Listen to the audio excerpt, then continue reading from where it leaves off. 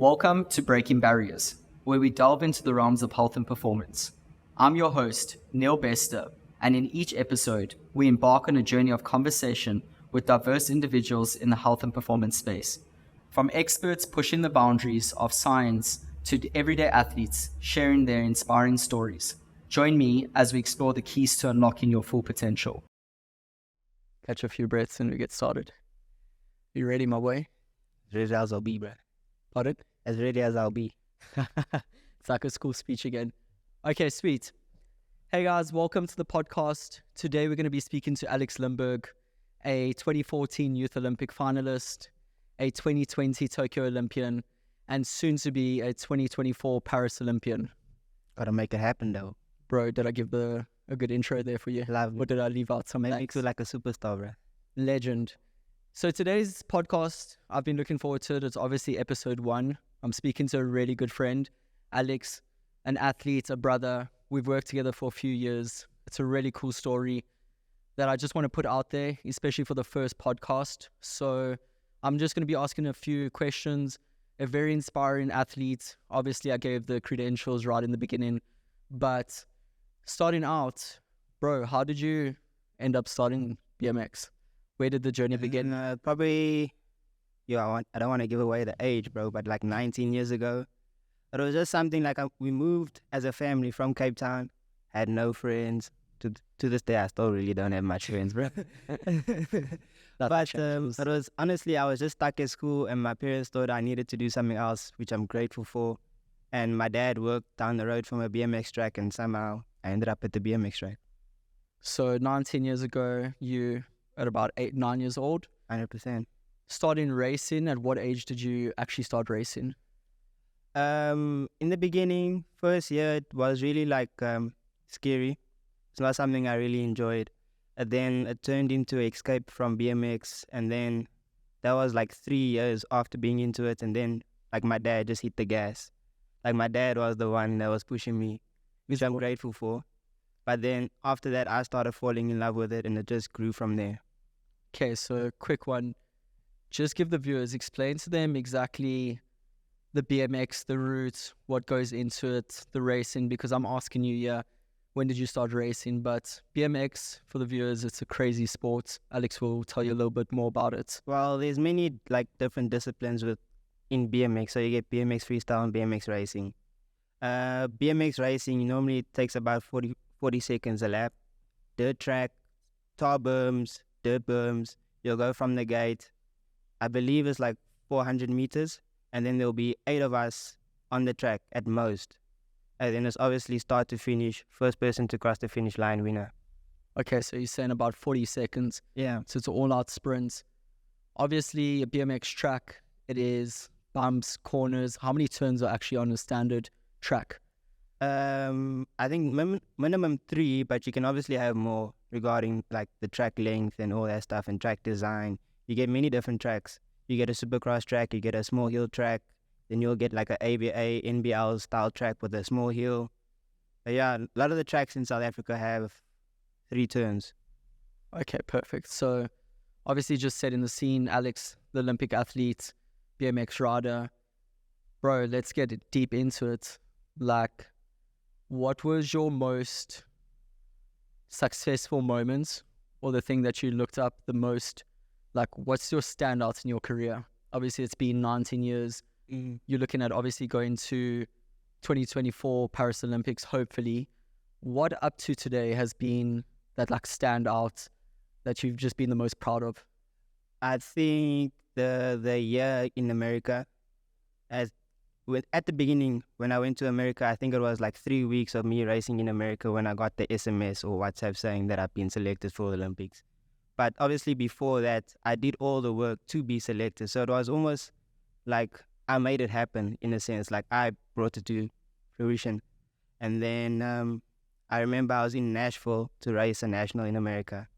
I think I was sleeping and I got the message at like 6 o'clock in the morning. And then I even woke up my mate, like one of my good friends, me and him traveled in America. I even woke him up. I'm like, bruh, I'm going to Olympics. Crazy. It was pretty dope. In like a dodgy hotel room, there was cigarette butts everywhere. It was just like and you got Not the the best place to get it, message to yeah. represent your country, which is actually pretty wild. I obviously at the time was speaking to you, working a little bit with you. We met probably a year or two prior to that, and the journey to actually get to America was quite crazy. Like I remember dropping you off at the airport that night, and one of the documents were outstanding, and you're even saying to me, Neil, like I've done every single thing to make sure all the boxes are ticked. I don't know how I overlooked this. And it was also, I think that was just after the height of COVID, so it wasn't really easy for anyone to travel.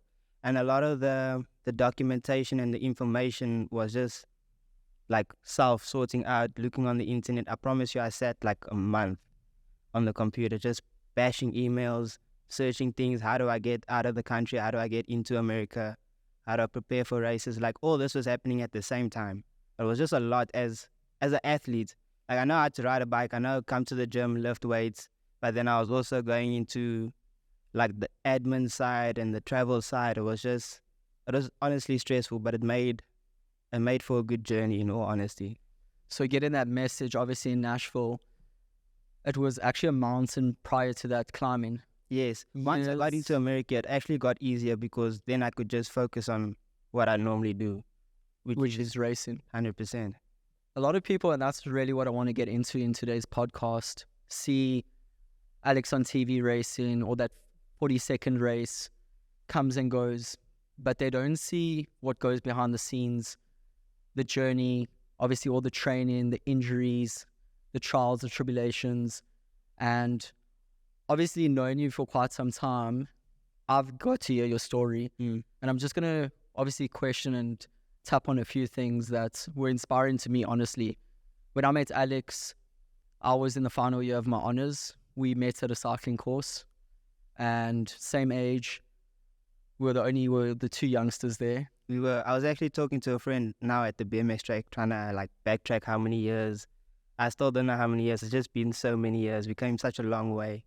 I remember like COVID, you starting in the garage, and it was just, hey, you want to come lift in the garage? And then we were like locked in since then. Which quite crazy. Beginning of BSc years, we were training in the garage. So Alex, obviously preparing to go racing in America, COVID, lockdown, he was able to come through. He was really only lifting with like 2 kettlebells, a bar, some weights. We took like some corrugated sheets from flooring and like put it together as a platform. And Alex was PRing.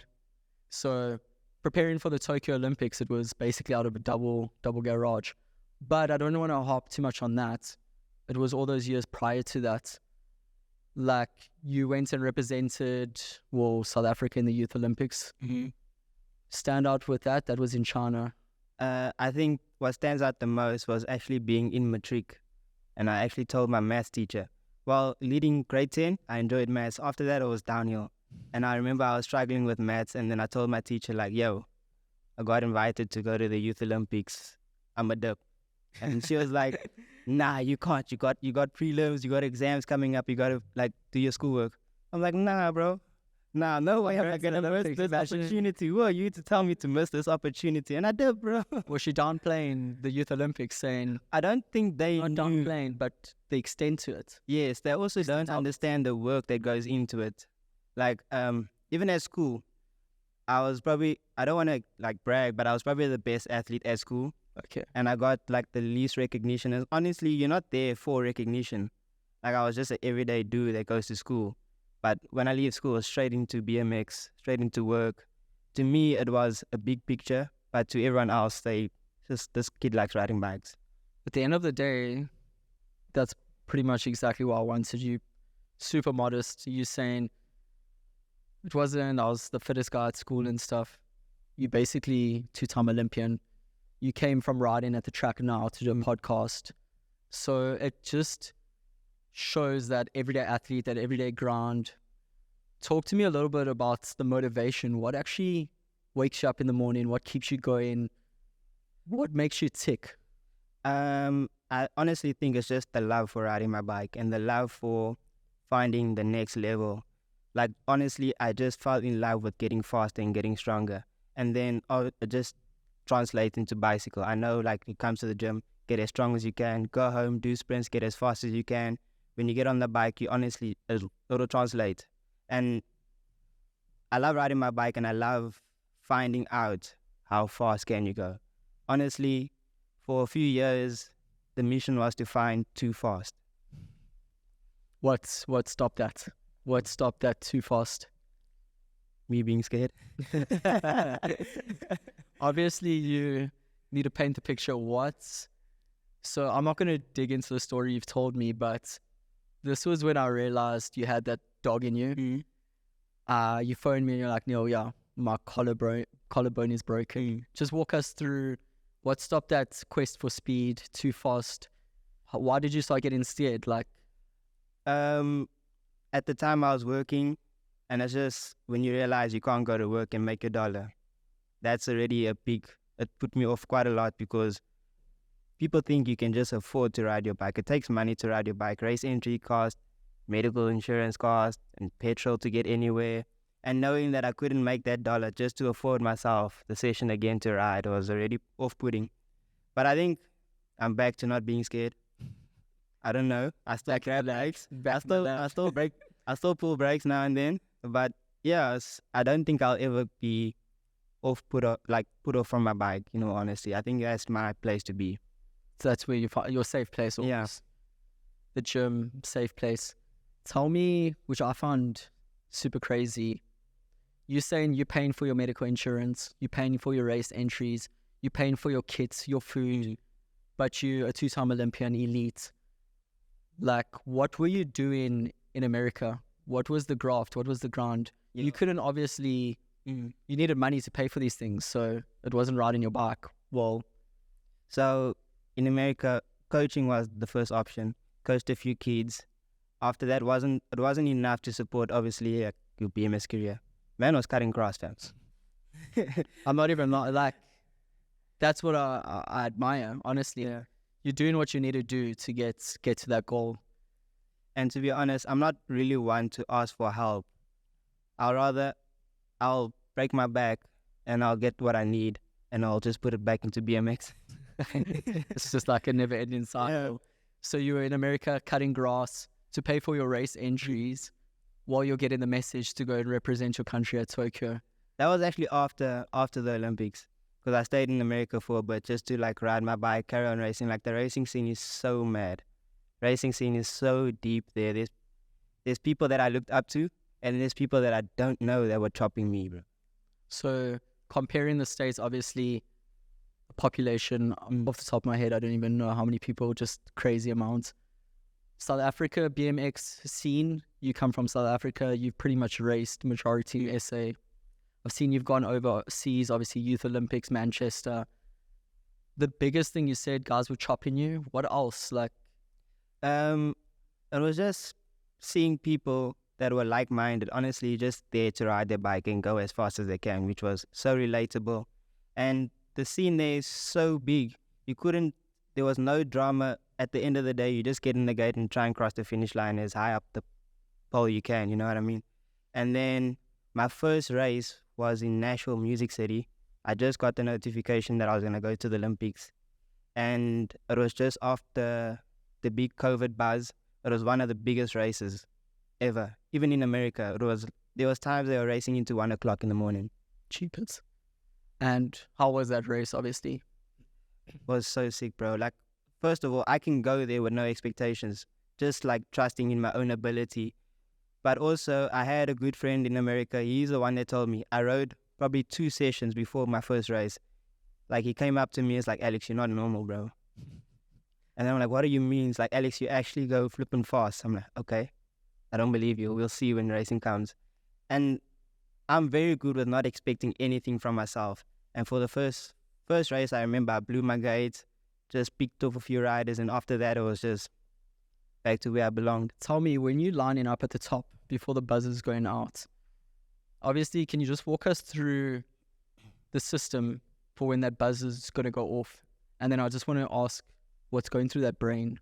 What thoughts are being processed prior to that gun? So a race day will consist of practice in the morning, and obviously as an elite, you get your own practice. I think you get 30 minutes. And I use that 30 minutes, honestly, to suss out the competition. I normally go and I race practice to find where I'll end up in racing and then come up with a better plan to just climb further up. So I went through practice, struggled a bit, obviously just because of the nerves.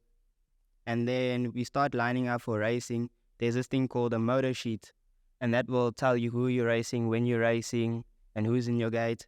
Normally I don't look at it, but then at the back of the start hill, you'll start lining up. They'll call you out, and when they call you out, if you didn't look at the motor sheets, that's how you know who you're racing. And I was racing like idols, people that I looked up to. And you get into the gate, riders ready to watch the gate slaps, and then it's all like a blur after that, to be honest. 40 seconds of just spinning the legs, and you can try to stay alive, get to the finish line. Crazy. You've obviously walked me through now. This was at Nashville, one of the biggest races, racing amongst your idols. Tell us a little bit more recent, 4 years ago. Well, Tokyo Olympics happened 2020. It was supposed to be 2019. Obviously, COVID. It was supposed to be 2020. It was postponed a year, so it was 2021. 2021, sorry. So, yeah. What's going through, your team, can you walk us through a little bit about the whole setup at the Olympics, on your race day? So the whole Olympic experience was a little bit daunting. Like 90% of the time I was in my room alone. I had a manager, but no coach, no dietitian, no mechanic. We were honestly you and your bike, which is scary because I was racing like there was 24 of us. So it's the top 24 in the world, top 23 in the world, including Alex. So it was like a little bit scary, to be honest. These are the best of the best. These are like the top 1% of the world that are. It's the top 24. 100%. And then no family. I remember my great granny passed when I was in the room. My mom didn't even want to tell me, bro. She was like, "It's gonna mess with your head." I'm like, "No, I just want to know." It's like that's my great granny also. It's never gonna mess with my head, even if it did. As part of life, you understand. So that happened, and we had no crowd, bro. No crowds, nothing to take your mind off everyone else in the gate. So it was Alex and his bike versus the other top 23 people in the world. That's very admiring. Like I say, inspirational. Walk me through, like, post-Olympics, coming back, or you went back to the States. You being alone with your bike, no team. What did that teach you about yourself? Well, at the end of the day, it was also like the best lesson I learned from that was when you do race, it's honestly just you and your bike anyway.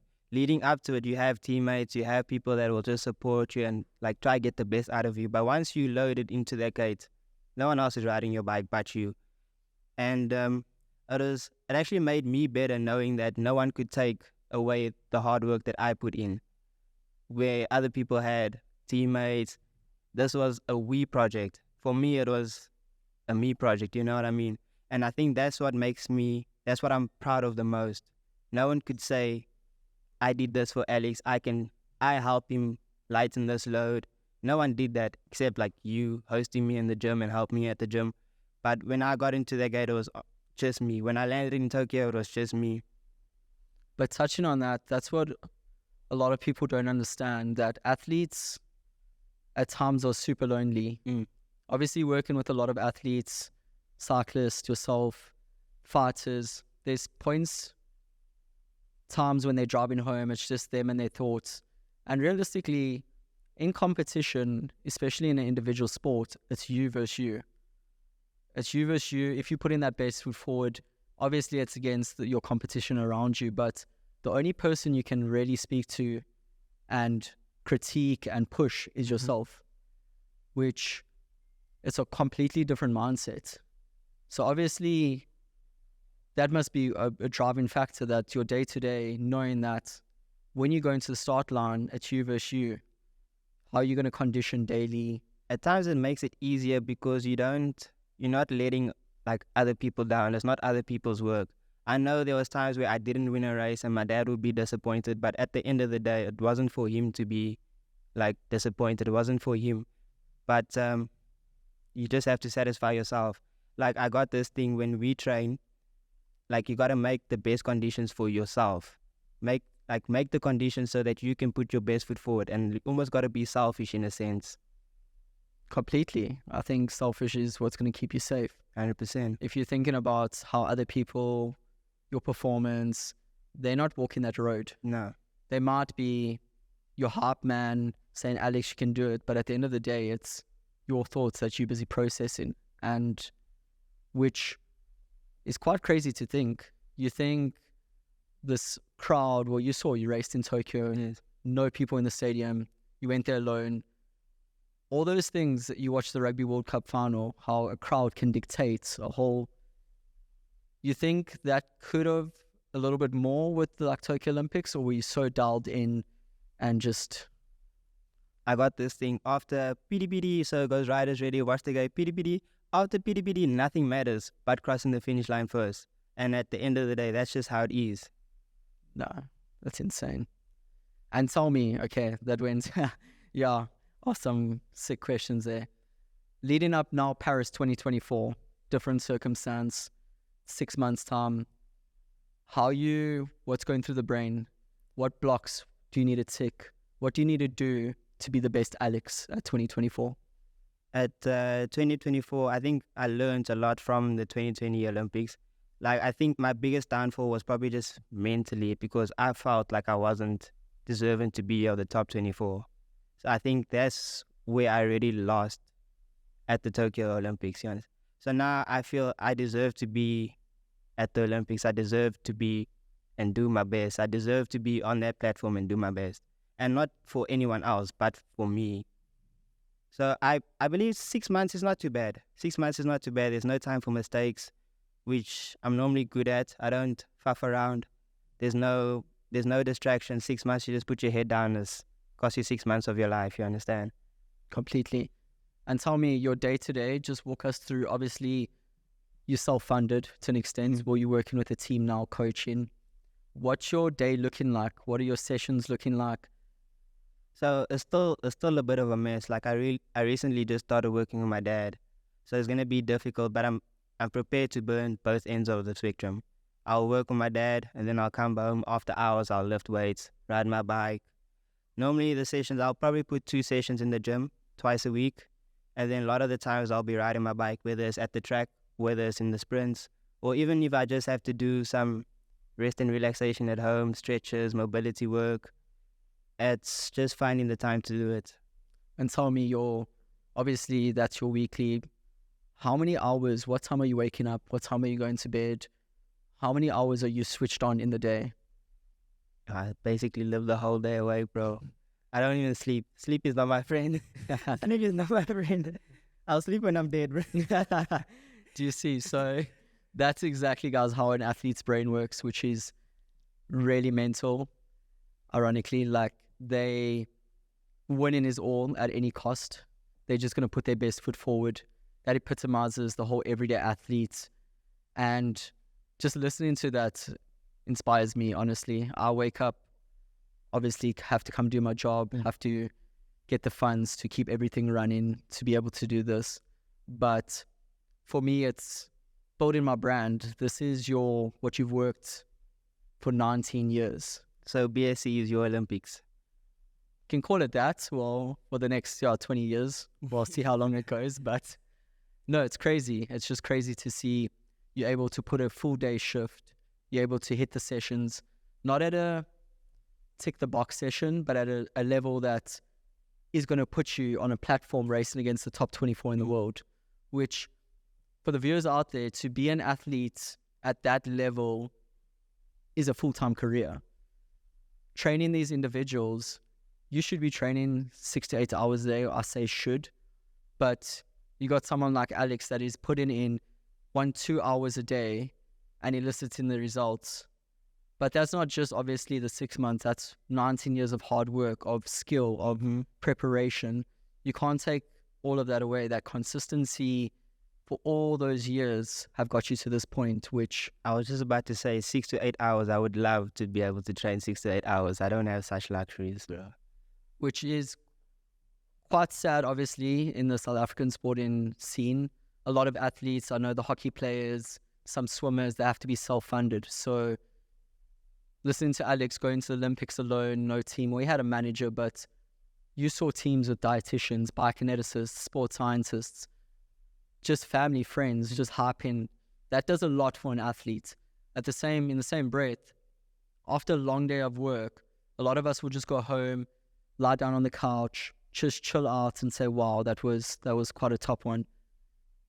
You finishing that day and saying, now the session's only starting, or that session's starting before the full day. And it's not a pretty session. Like, honestly, you just, like, to leave the house after work and go to the gym is so difficult. But once you leave and you walk into the door, it honestly just gets better. Once you warm up, it gets better. Nothing matters. It's after you warm up, 100%. That buzz. Yeah. So it's almost ingrained into your everyday life, that buzz that's going to go off and you're going to do what's expected. I remember before Olympics, working up to the Olympics, there was days where I really struggled. But you honestly just had to leave your house, walk through the front door. No matter how good you feel, you're always going to get the best out of yourself. It's just who you are as like an athlete, as a trainee. You always want to put your best foot forward, even tired, broken. You'd class it under.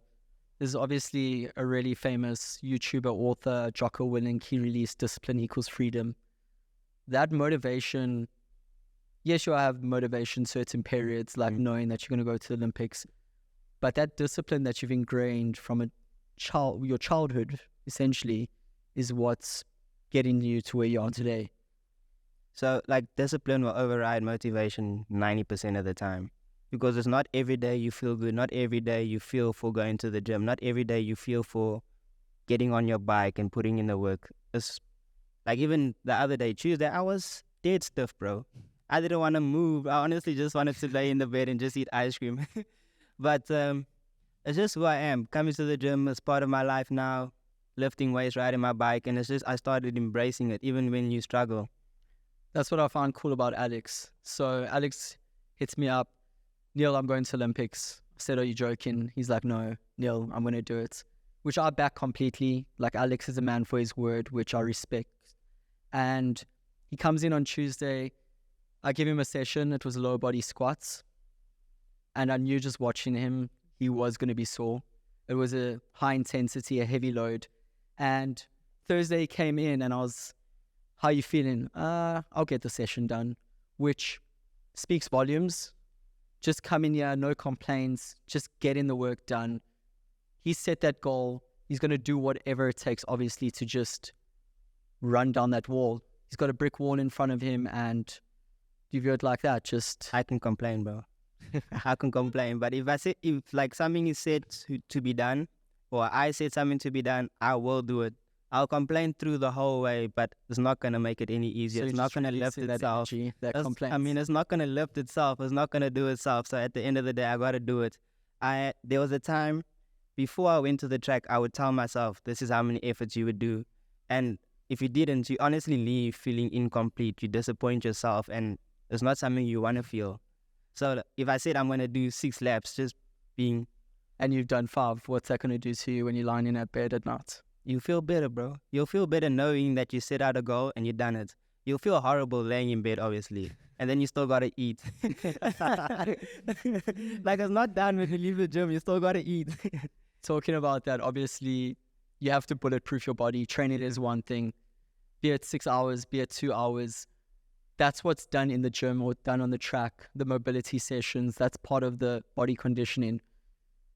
On the other side is obviously fueling that body. And also, rest is a big thing. But like I said, I can't sleep. But then again, when you lay in bed and you doze away, you think about BMX, you count sheep, that's rest nonetheless. And tell me, bulletproofing body, obviously BMX, crazy sport. Walk me through some of the injuries, or how many injuries have you experienced? So considering I've been racing since 9 years old, I think it's been like a 19-year career. I've honestly been blessed with only a few injuries. Like, I know people that have been racing for 7 years and they've broken a bag of bones, bro. I can tell you, I think I broke both wrists once or twice, multiple times. And then I broke a radius head, and then I broke a collarbone. probably 2 years ago. And I'm not one for hurting myself. I don't like it. It's just Hope not. Yeah. it just puts off training. It puts off your day for a bit. But I've honestly been lucky with the minimum injuries. I know people that have like in wheelchairs, spinal problems and knee problems. I've honestly been lucky with just small injuries. It's just crazy. I've only injured myself a few times. List like 4 or 5 broken bones there. So no, respect. Tell me, currently working with the team, can you just talk a little bit about the BMX team that you're currently working with? So I'm not really one for teams. I've always been to myself, always been the one just protecting. In a sense, I protect myself. There's no expectations besides the expectations I have on myself. And I don't let anyone else down but myself when I don't win. So recently I got the luxury of riding for Team Mabo, team based out in Cradle. They made it easier for me, just like paying me a salary. At the end of the day, I still got to win, but that doesn't change anything because when I get in, I want to win for myself. So at least BMX is somewhat funded for, but that was honestly through my hard work, through my negotiations and putting my name there. But yeah, it's been good so far. I get the opportunity to train the younger generation. And honestly, like the same way you find pride in helping someone better themselves, like honestly, when they walk in here and they walk out, they're better than what they were when they walked in. Just knowing that I can do that to a little kid is payment in itself.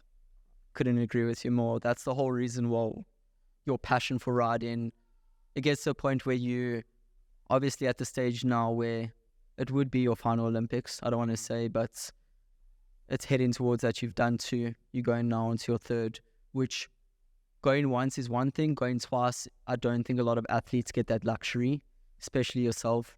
But you start looking at what's the next step and just inspiring the younger generation. Where do you see BMX South Africa currently and where it can go? Does it have the potential to be the greats?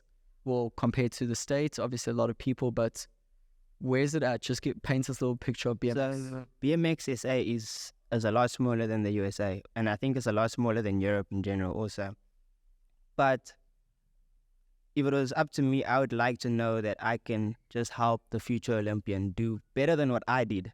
You know, in all essence, I want someone to do better than what I did. And I want to be part of that journey, whether it's my brother or a little kid that just came up to me and said, Alex, I want to learn how to ride. Just knowing that I can play that little bit in it, and then he grows to be something. He or she grows up to be the next Olympian.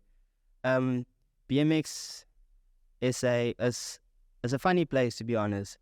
The tracks are minute in essence compared to America. Like I've been to America and there were some jumps that scared me. After riding for 18, 19 years at the time, some of those jumps scared me. And I've been the one to try and build those type of jumps here, and everyone wasn't impressed. Like I had some uproar when I built some big jumps, but that's how it is. Like you gotta be willing to learn how to be comfortable being uncomfortable and being nervous. Like I start enjoy being nervous. I enjoy going into the unknown, like what's on the other side of this jump. And I hope that someone else can also enjoy that. And I want to like, yo, you my brother, you know what I mean? But yeah, BMX is not entirely as competitive as America or anywhere overseas. And it's just like there's a gap that we need to bridge. And as an athlete, I honestly don't know where to start. And it honestly starts by like being willing to be scared. That's how you only get better. You only get better on the other side of, I don't know. Living in the trenches. 100%. Go into that dark place, throw yourself in the bin and just do what needs to be done. Tell me, obviously your brother, you look at him up and coming. Mm-hmm. Are there any other BMX riders that you've come across that are going to fly SA, youngsters that you see ripping up the scene? There's honestly a few youngsters, but I know on like after 16, the distractions come into, and we need to find a way to keep them attached to BMX, keep them loving BMX. So I know after 16, 17, there's goals, there's beers, getting a license. So like there's a lot of distractions. If we can just find a way to keep the youngsters, like there's honestly a lot of riders with potential. If we can just keep them interested and locked in on BMX, like I was, who knows how far they can go. Honestly, if it was up to me, I would find better than me. Completely. That's the whole point. Even though that's putting your ego aside, you've done what you needed to do. We're still going to, but it's a bigger picture. And you want to make somebody better than yourself. You're going to take, it's almost as a parenting approach where you're going to instill the skills that obviously make you better, a better person daily, but what's going to make the next person better? Well, even so, it's just another rider to race. Another rider to come and get a first fight. Like I can tell you now, I enjoy riding with my brother, but no matter how good he is, he won't find a way to beat me. You don't think in a few years he's going to knock I'll that just door? get better, bro. I'll get better. We're going to go back to that in a few years and ask the same question. But you obviously, cool journey, to say the least. What would be the perfect route to follow? Having raced in Europe, having raced in America, having raced the Olympics, SA. If you were a 14, 15, 16-year-old, at what age does a BMX rider peak? And what steps do they need to follow to just elicit the best opportunities? Let me just answer, like, when does a rider peak? To be honest, there's a rider that's 33 years old and he's still adding up wins, bro.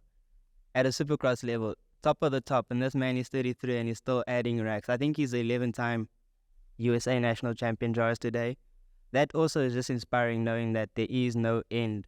Like when you said it could be my last, it's questionable looking at that guy. I back that completely. To be honest with you, I'd love to see the journey unfold. But like I said, I think 14 to 16, that's when your hormones start kicking in, your testosterone is rising. The route that I would take is honestly, as soon as you can, as soon as you're fit and your body's able, get in the gym, invest all you can. That's the biggest problem. Some riders are honestly scared to invest, not knowing. You understand? Sometimes you got to invest not knowing what's happening tomorrow. There was a time where I didn't know I was going to the Olympics, but I trained like I was going. You understand? Before it was even an option or a possibility, I told myself, Alex, you want to go to the Olympics, let's just get ready. If it comes, it comes. If it doesn't come, so be it. Completely just invest in every resource you possibly can. There was honestly times where I went to the gym saying I'm going to go to the Olympics, not knowing how do I get there, am I going to get there, when am I going to get there. I was just investing in yourself. And some people don't know how to blindly invest in themselves. It's normal human instincts. You're almost throwing it into a black hole, not knowing if you're going to see it again, if you're going to see the reward at the end of the tunnel. But that's part of the success. It's taking that risk at the end of the day. It's putting those chips there, saying, I back myself, I back my ability. All my chips, I'm going all in because the goal is greater than what I can ever imagine. There was a time where all my friends were going out to work, getting money. I was the only chip in the gym trying to lift as heavy as I can and even go as fast as I can. So that was just me investing, not knowing when and where the opportunity was going to come. But I wasn't going to leave myself with what ifs.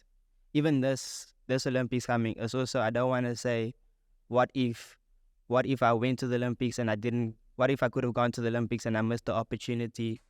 Even if I don't go, I'll find a way to go. But even if I don't go, I don't want to later on say, coulda, woulda, shoulda. Yeah, 100%.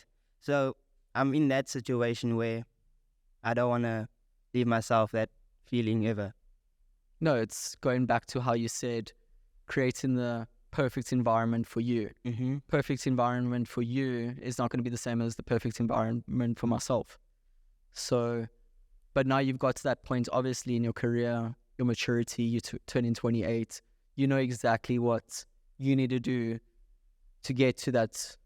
It's just self-awareness, knowing what conditions you thrive the best in, and I'm moving my pieces in the best way I can for myself.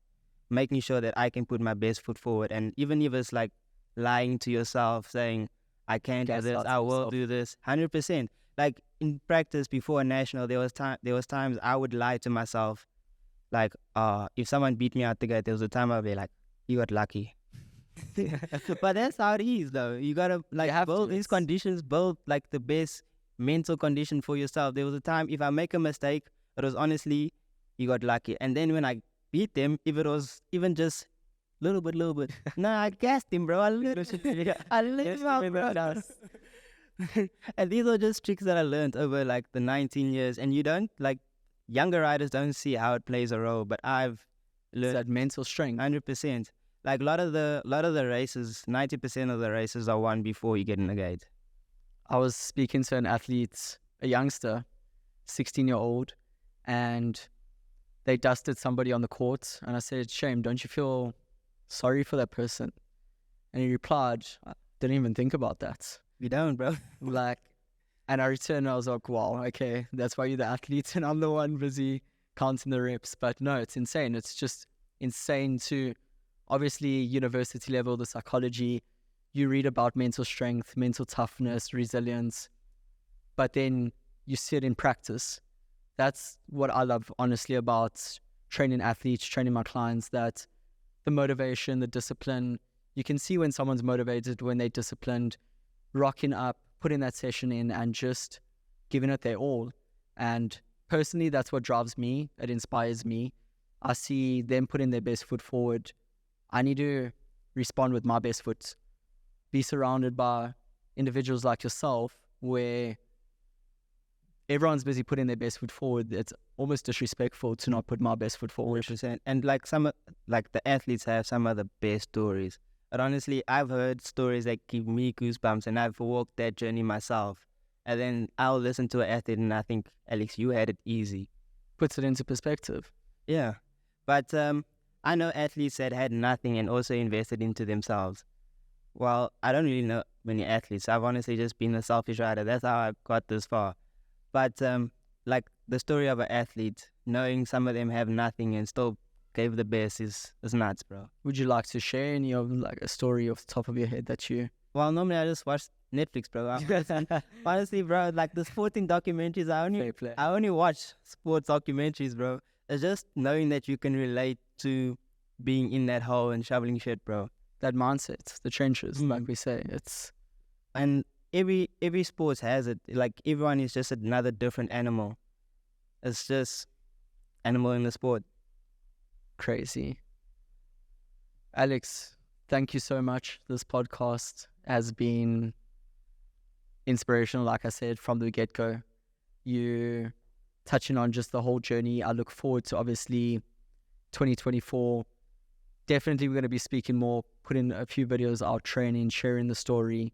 But, guys, we got a 2024 Olympic hopeful. I can almost tick the box and say, we're going to book the flight and we're going to get him there. Please just show your support. Sponsors, getting behind him, just helping him out. Just being there. Send a message, yo, Alex, I back you. I'm in your corner. There's an athlete now, Dricus Duplessis, fighting at the UFC.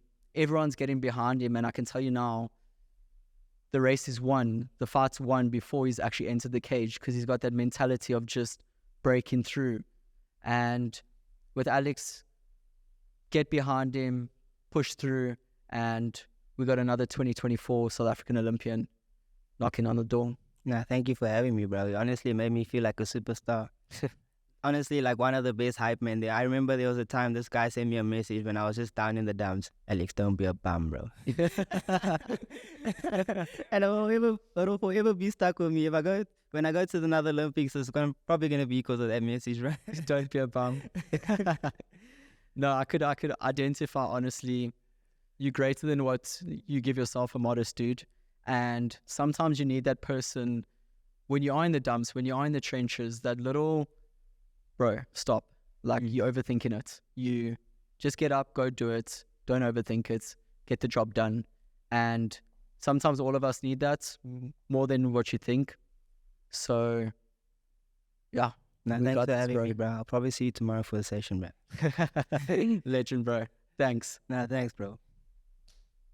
Lovely. Sweet, my boy.